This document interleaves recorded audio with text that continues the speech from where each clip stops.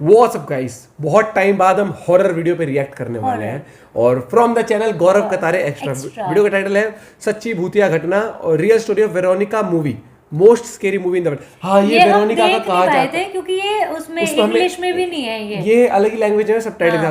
भाई अब मजा आएगा, अब स्टोरी पता लग जाएगी, फिर हम दूसरी लैंग्वेज में भी देख लेंगे क्योंकि भूत की कोई भाषा नहीं होती, भूत का काम ही होता है। कितने टाइम से देख रहे हैं हम इसे।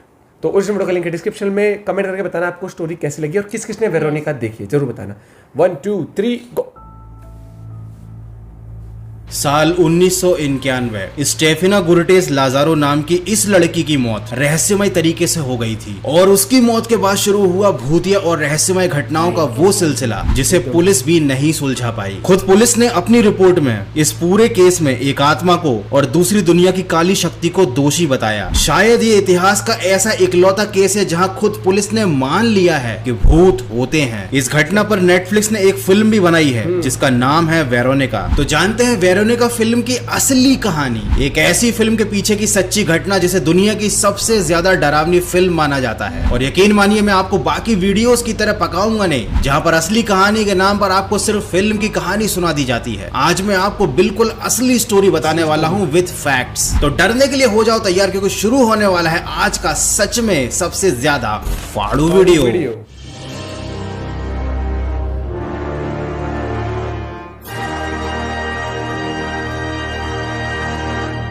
स्टेफिना 1990 में करीब 18 साल की थी और उसने कॉलेज जाना शुरू ही किया था और कॉलेज जाने के साथ साथ उसके बर्ताव में बड़े अजीब से चेंजेस आने लगे थे। उसके परिवार में कुल 5 लोग थे, उसके माँ बाप और 2 भाई बहन। स्टेफिना का पूरा नाम स्टेफिना गुर्टेस लाजारो है। ये मैड्रिड में रहने वाली थी। स्टेफिना कुछ अजीब सा ही बर्ताव करने लगी थी। वो अपने भाई को देखकर गुर्राने लगी थी, उस पर अटैक करती थी। कभी कभी तो ऐसा लगता था कि वो उसकी जान लेने की कोशिश कर रही है। वो जिस अपार्टमेंट में रहते थे उसकी दीवारें लकड़ी की बनी हुई थी। स्टेफिना अपने नाखूनों से उन लकड़ी की दीवारों को नोचती रहती थी। इससे उसके भी नाखून टूट जाते थे और उसके हाथ घायल हो जाते थे। स्टेफिना बहुत अजीब अजीब हरकतें करने लगी थी। वो रात में रोती थी, कभी कभी डर के उठ जाती थी, चीखती थी, तरह तरह की आवाजें निकालती थी और इन सब से उसका भी परिवार बहुत ज्यादा डरा हुआ था। किसी को कुछ समझ में नहीं आ रहा था कि आखिर स्टेफिना के साथ हो क्या रहा है। उसके घर वालों ने कई बार उससे बात करने की कोशिश की। वो बीच में ठीक हो जाती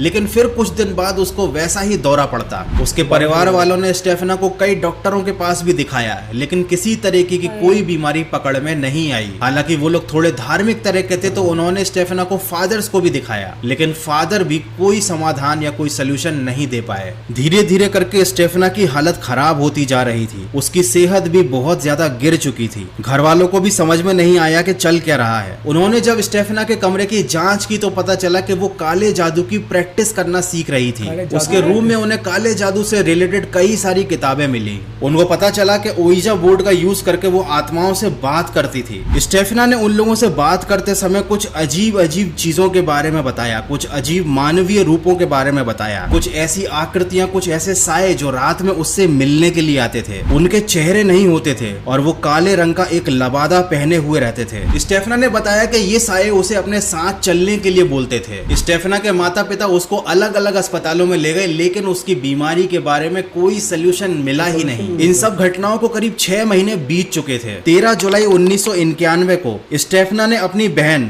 मारिया नेला पर हिंसक रूप से हमला किया और उसके अगले दिन 14 जुलाई को उसको एक अजीब सा दौरा पड़ा जिसके बाद वो कोमा में चली गई। उसके माता पिता तुरंत उसको हॉस्पिटल लेकर गए जहां पर करीब 3 हफ्ते तक उसको रखा गया।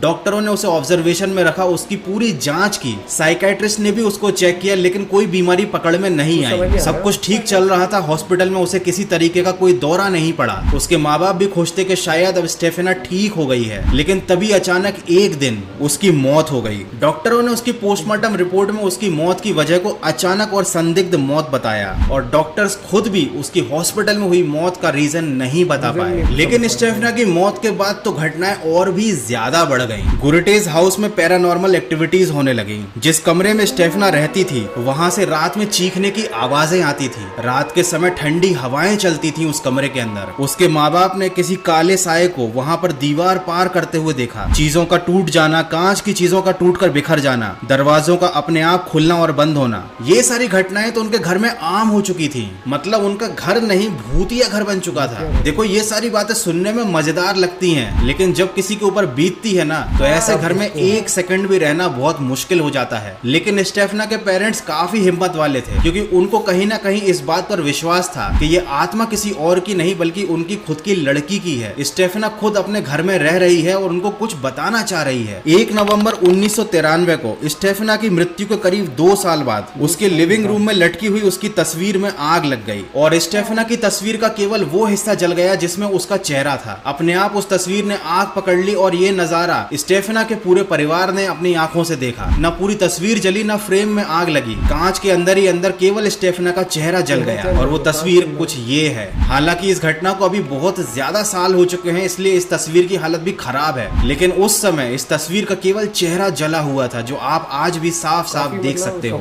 एक दिन रात के समय अचानक स्टेफना की माँ के ऊपर किसी अनजान सी शक्ति ने जानलेवा हमला किया, उनकी जान लेने की कोशिश की और उसके बाद स्टेफना के परिवार को यकीन हो गया कि उनके घर में जो भी कोई घूम रहा है वो स्टेफना नहीं बल्कि कोई और ही है। उन्होंने फाइनली फिर पुलिस को बुलाया। कहानी को आगे बढ़ाने से पहले मैं आपको बता दूं कि इस समय मेरे रूम में कोई नहीं है और इस पूरी कहानी को एक्सप्लेन करते समय मुझे भी काफी ज्यादा डर लग रहा है, कुछ अलग ही फील आ रहा है। स्टेफना की मौत के बाद उनके कॉलेज की एक टीचर जो कि नन थी, उन्होंने आकर बताया कि आखिर स्टेफना कॉलेज में ऐसा क्या करती थी जिसकी वजह से उसके बिहेवियर में चेंज आ गया था। स्टेफना के करीब 3 या 4 खास दोस्त थे, जिनमें से कि एक दोस्त के बॉयफ्रेंड की मौत हो गई थी। शायद उसके बॉयफ्रेंड की मौत बाइक एक्सीडेंट में हुई थी और वो दोस्त अपने बॉयफ्रेंड से बात करना चाहती थी। उसको पता था कि स्टेफना काले जादू की प्रैक्टिस करती है, वो ओइजा बोर्ड के थ्रू उसके बॉयफ्रेंड से बात करा सकती है और एक दिन ये सभी दोस्त मिलकर यही प्रैक्टिस कर रहे थे। लेकिन तभी किसी टीचर ने उन्हें ये करते देख लिया और उनको वहां से हटा दिया। बाद में उस ओइजा बोर्ड को तोड़ दिया, लेकिन ओइजा बोर्ड को जब उस टीचर ने तोड़ा तो उसके अंदर से एक धुआं निकला था और वो धुआं स्टेफना के शरीर के अंदर चला गया था और ये घटना होते हुए स्टेफना के दोस्तों ने देखी थी। हालांकि किसी ने इस बात को इतना सीरियसली नहीं लिया था, लेकिन जब स्टेफना की रहस्यमय घटनाओं की वजह से मौत हो गई तो बाद में उनकी टीचर ने आकर उनके पेरेंट को ये सारी बातें बताई। ये सारी बातें स्टेफना के पेरेंट ने पुलिस वालों को भी बताई। 27 नवंबर 1993 को पुलिस को बुलाने का फैसला किया गया। इंस्पेक्टर जोस नेग्री और उनकी टीम रात को घर पर पहुंच गई। बारिश में उन्होंने पूरे परिवार को घर के बाहर खड़े हुए देखा। कुछ लोग घर के अंदर इंस्पेक्शन करने गए और बाकी लोगों ने उनसे पूरी घटना की जानकारी ली। पुलिस ने जब अंदर जाकर देखा तो स्टेफना के रूम में जो जीसस की तस्वीर लगी थी वो अपने आप घूमकर उल्टी हो गई और ये किसी मूवी का सीन नहीं, ये खुद पुलिस की रिपोर्ट में मेंशन किया गया है। उनके सामने ही उस बेड पर जब छोटा भाई बैठा तो वो अपने आप हवा में उठ गया और भी बहुत सारी डरावनी पैरानॉर्मल एक्टिविटी हुई स्टेफना के रूम में। और ये सब देखने के बाद पुलिस ने खुद फैसला किया कि इन सारी घटनाओं के पीछे कोई इंसान नहीं है, कोई ऐसा शख्स नहीं है जो इन लोगों को घर छोड़कर जाने के लिए डरा रहा है, बल्कि इसके पीछे वाकई में कोई दूसरी शक्ति है। पुलिस वालों ने खुद अपनी रिपोर्ट में इन सारी चीजों को मेंशन किया और स्टेफना के परिवार को ये सजेशन दिया कि आप इस घर को छोड़कर चले जाइए। हालांकि इन सारी घटनाओं के बाद ये पूरा परिवार इतना ज्यादा परेशान हो चुका था कि वो खुद घर छोड़कर जाना चाहते थे। और अच्छी बात यह है कि उन्होंने जब घर छोड़ा तो उसके बाद उनके साथ ऐसी कोई भी घटना नहीं घटी। तो ये थी स्टेफना की पूरी कहानी, जिसके ऊपर वेरोनिका फिल्म बनी है, जो दुनिया की सबसे ज्यादा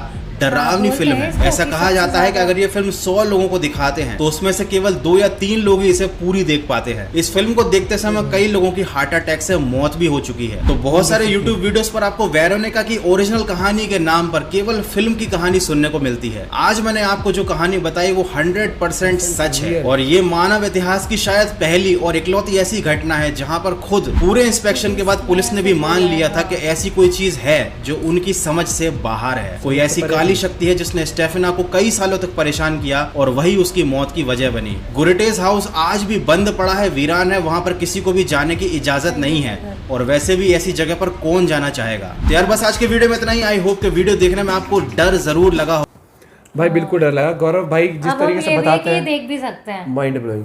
पूरी स्टोरी बताई, आप फील कर पा रहे थे वो चीजें कि सच में ऐसा लग रहा था कि हाँ पुलिस इन्वेस्टिगेशन के लिए तो आप भी देख महसूस कर रहे हैं। अच्छा हाँ वो मेरे फोटो को वाला लगता है अगर दृश्य इतनी वैसी वो थी ना तो इसे और लैंग्वेज में भी वो कर सकते हैं करना चाहिए था यार और लैंग्वेज में डब, क्योंकि जब क्योंकि हमने चेक करी थी horror लास्ट movie का हमने ना, हाँ, तब सिर्फ horror उसी movie का लैंग्वेज ये रहता है कि बहुत सारी चीजें बार बार सबटाइटल पढ़ना वो वो थोड़ा सा connection फिर नहीं हो कनेक्शन पाता। नहीं होता, बंदा मतलब पूरी मूवी पढ़ ही पाता है अगर ये इतनी ज्यादा, क्योंकि मैंने जिससे भी सुना है ना सब कहते हैं वेरोनिका बहुत आप में से किसी ने डरावनी देखिए जरूर बताना है कि सच में इतनी डरावनी है जितना बताया जा रहा है मूवी को, या और सच में ये रियल लाइफ इंसिडेंट से इंस्पायर होकर बनाई गई है। हाँ। कहते हैं कि ऐसा कुछ था, और भाई ने बताया ना कि पुलिस रिपोर्ट में भी ऐसा था कि पुलिस भी नहीं समझ पा रही थी, वो भी कहते कुछ अलग ही सुपरनैचुरल थिंग्स हो रही हैं जो उनकी समझ से परे थे। ये मूवी देखने लायक है, ये मूवी देखनी चाहिए। और जब क्या है ना 100 लोग को दिखाओ तो 2 ही लोग आखिर तक कंटिन्यू कर सकते हैं, हम तो अगर हम 2 ही देखेंगे तो मैं कंटिन्यू कर सकता हूँ, ये नहीं 50% ऑडियंस गायब हो जाएगी। नहीं तू तो वैसे भी सो ही जाता है मूवी में। भाई पता नहीं क्या हो रखा है, मैं तो मूवी देखते देखते सो जाता हूँ आजकल, इतना आलस है जिंदगी में। तो बाकी और वीडियोस आप सर्च करना बोले, अगर आप चाहते हैं कि हर रोज एक हॉरर वीडियो आए या एक दिन छोड़ के जरूर डालें तो हॉरर वीडियो ओपी जरूर लिख देना कमेंट में। बाकी मिलते हैं एक और वीडियो के साथ, बाय, टेक केयर।